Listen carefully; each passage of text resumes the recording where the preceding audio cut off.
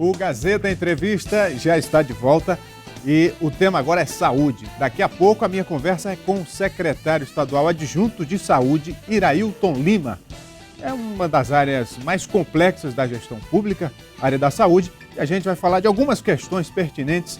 Antes, deixa eu dar um recado aqui para você, telespectador da TV Gazeta. Olha, meu amigo, no Acre Clube todo mundo ganha todo dia. Por isso, é bom comprar com essa grande vantagem. E no Acre Clube de Vantagens, nas compras acima de R$30 nas lojas participantes, que são Barriga Verde, OK Magazine, Postos Líder e Floresta, Recol Farma e Supermercado Pague Pouco, você ganha cupons para concorrer a cartões com valor de R$1.000 para você gastar como quiser.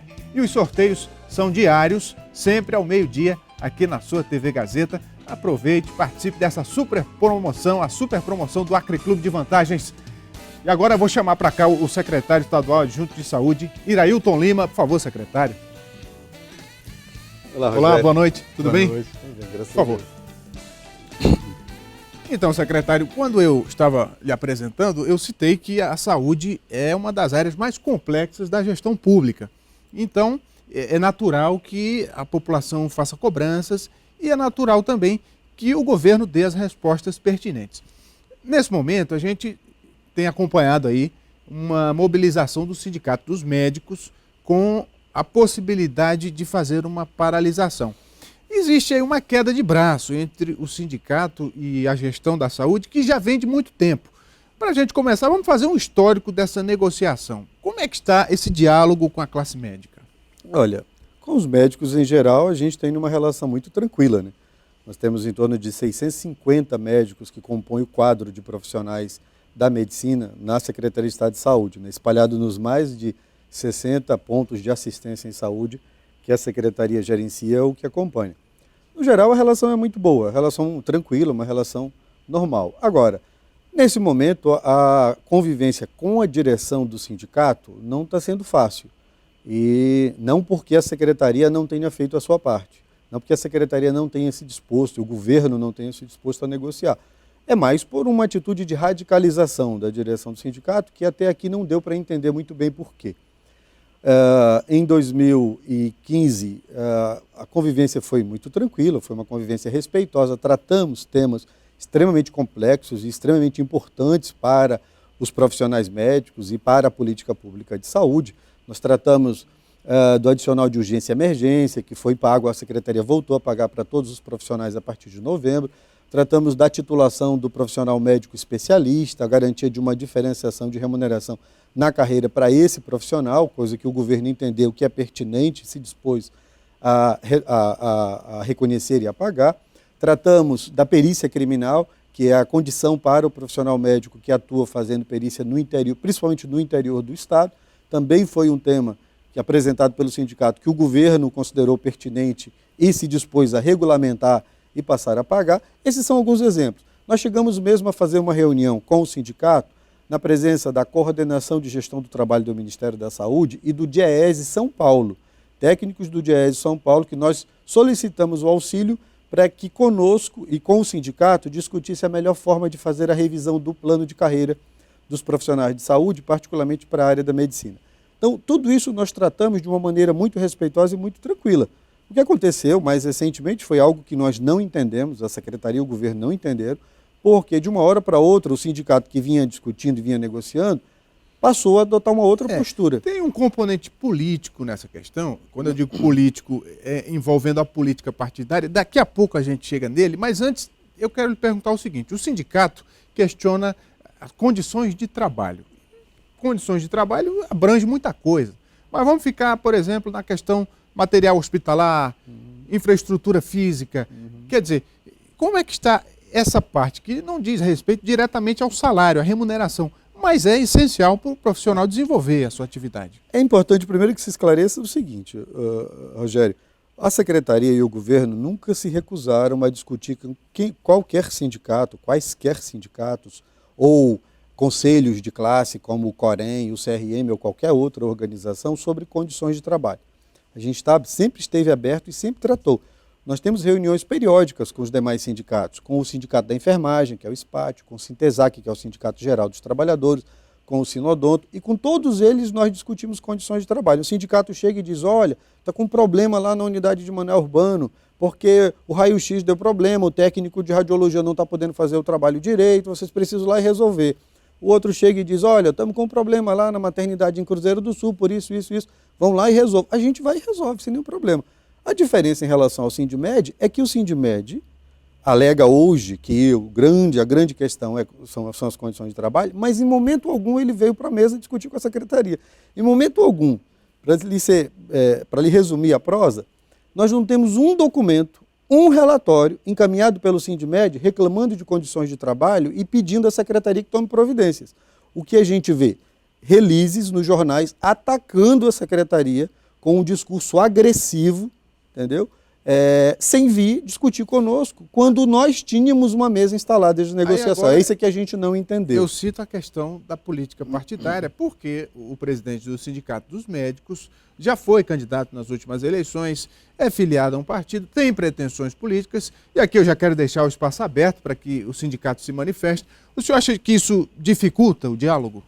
Olha, eu não quero fazer um juízo de valor a esse respeito, porque eu acho que essa é uma questão de fórum íntimo lá dos dirigentes do sindicato. O que não dá para a gente da secretaria, o que a gente não está conseguindo compreender, né, e do governo, é que um sindicato que estava na mesa negociando e em que a gente tinha avançado bem nas negociações, de uma hora para outra muda completamente a configuração do diálogo e passa a atacar, entendeu? Passa a confrontar o governo e confrontar a secretaria, as unidades, expondo os hospitais de uma maneira muito perigosa. E aí eu acho importante, viu, Rogério, chamar a atenção disso. O senhor fala da maneira perigosa expondo os hospitais. Isso me traz à memória reportagens que foram veiculadas mostrando a situação de algumas unidades hospitalares aqui de Rio Branco, que de fato mostram que tem problemas na estrutura física. Não é uma questão muito delicada, por exemplo, cercear o direito à informação da população? Não há qualquer iniciativa no sentido de cercear o direito à informação, o trabalho da imprensa, nunca houve isso. A orientação do governador Tião Viana sempre foi, de um lado, que a gente respeite os trabalhadores e negocie com a sua representação sindical, de outro, que a gente garanta à imprensa toda a liberdade para trabalhar. Não se trata disso. É de uma outra questão. É quando o sindicato se utiliza, ou quando qualquer organização se utiliza de uma ou outra situação numa unidade com o objetivo de pôr em dúvida a capacidade daquela unidade de prestar um serviço para a população. Porque o maior problema, Rogério, na verdade é que quando alguém diz, nesse caso, quando o sindicato diz que determinado hospital não tem capacidade de atender, você, quando vai nesse hospital, chega lá como? Já chega com o pé atrás. Né? Assustado. Você chega agressivo, normalmente, porque você acha que só vai ser bem atendido se você botar o pé na porta, se for para cima das pessoas. Isso acaba sendo ruim para todo mundo. Não é bom para o enfermeiro, para o técnico de enfermagem, para a pessoa do acolhimento, para o médico.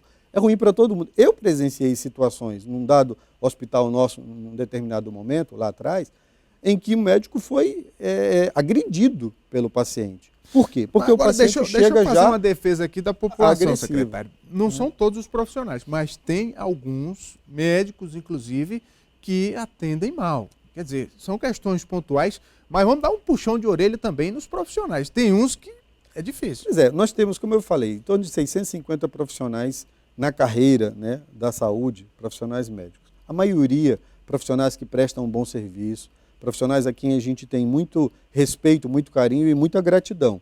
Tem aqueles profissionais, como toda ou qualquer categoria, toda ou qualquer área profissional, tem aquelas pessoas que não, por alguma razão, não cumprem bem com suas obrigações e não prestam serviço como deveria. Esses aí a gente tem atuado no sentido de, junto ao CRM, junto às equipes das unidades, a gente forçar a barra para que assumam a responsabilidade em relação ao seu trabalho. Agora, no geral, o nosso entendimento e a nossa visão é de que a gente conta com um corpo de profissionais médicos de boa qualidade, de alta responsabilidade. O que nos faz estranhar que a gente tem uma direção de sindicato com uma postura agressiva como essa que se tem verificado. Você me perguntou ainda há pouco, Rogério, é fato que tem problema nas unidades? Nós do governo nunca escondemos isso. Nós não temos nenhum problema em relação a isso. E quando a imprensa quer noticiar, voltando àquele assunto, a questão não é se pode ou não pode. É que, particularmente em algumas situações, para você acessar um ambiente em que se realiza procedimentos de saúde, primeiro você tem que tomar cuidado com a asepsia, porque se faz todo um trabalho, as comissões de controle de infecção hospitalar nas unidades, faz todo um trabalho para garantir que se tenha um mínimo de exposição ao risco de infecção hospitalar para os pacientes. Segundo que, nem sempre o paciente que está ali, realizando um procedimento, sendo atendido, quer ter a sua intimidade exposta. Então ele tem o direito à privacidade. Então você só pode, de fato, filmar um ambiente desse, mostrar, expor a fotografia ou a imagem de uma pessoa, se ela tiver autorizado, se ela tiver concordado com aquilo. Por alguma razão ela pode não querer. Então, por essas razões, nós restringimos, e não é só em termos de Acre, isso é um padrão, né, do sistema, é um padrão das unidades hospitalares, a gente evita esse tipo de exposição, mas não há, da parte do governo, qualquer intenção de esconder nada. Por fim, eu acho que é importante deixar claro, a Secretaria e o governo têm consciência de que as unidades não estão a mil maravilhas, elas não são unidades perfeitas, com todos os serviços, com todos os equipamentos, com todo o material. Nós temos problemas, é natural que a gente tenha. Essa mudança de secretário, de algum modo, afetou essa questão administrativa? Porque o secretário Armando Melo ficou pouco tempo no cargo, já estava adaptado, aqui esteve conosco, deu entrevistas e falou com conhecimento de causa da gestão, mas aí agora teve essa troca. Quer dizer, um novo secretário que vai ter que implantar um novo estilo de administrar. Olha, uma secretaria do porte da CESACRE, e particularmente em se tratando de SUS, você tem todo um ordenamento, toda uma forma de trabalhar que já está definida previamente, independente de quem esteja à frente. Então você precisa ter um plano de saúde, você precisa ter a programação anual de saúde, você precisa ter os planos setoriais para as diferentes políticas setoriais, a política de saúde do homem, política de saúde da mulher, política de saúde da criança e do adolescente, política de saúde para o portador de doença crônica. Todos isso são políticas setoriais que já se tem uma definição, uma previsão de recurso e uma forma de trabalhar anual. Você tem, como eu falei, os planos de trabalho das unidades de saúde. Então você tem uma estrutura de planejamento e gestão que funciona independente de quem esteja à frente. Agora, óbvio, o secretário ele dá o seu ritmo também e ele esquadrinha melhor a forma como as coisas devem ser.